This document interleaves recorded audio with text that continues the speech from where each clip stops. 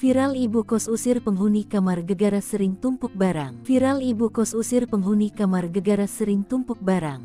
Ia diduga mengalami hoarding disorder yang membuat kondisi kamar yang dihuninya pun berantakan. Kondisi ini membuat si pemilik kos geram.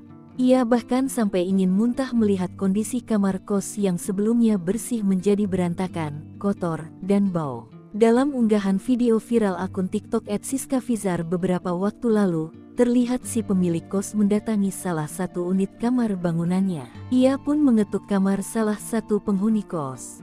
Sang ibu kos pun berusaha tenang menghadapi kondisi penghuni kamar. Ia kaget melihat kondisi kamar yang begitu berantakan.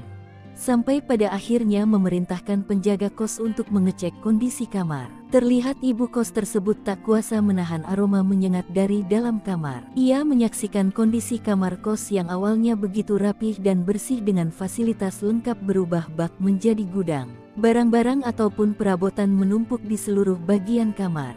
Bahkan si penghuni kamar sampai kebingungan untuk melewati kamarnya sendiri. Pada akhirnya, ibu kos tersebut mengusir si penghuni kamar namun harus dibersihkan terlebih dahulu sebelum keluar. Semoga jadi pembelajaran buat kita semua, pemilik kos dan penghuni kos.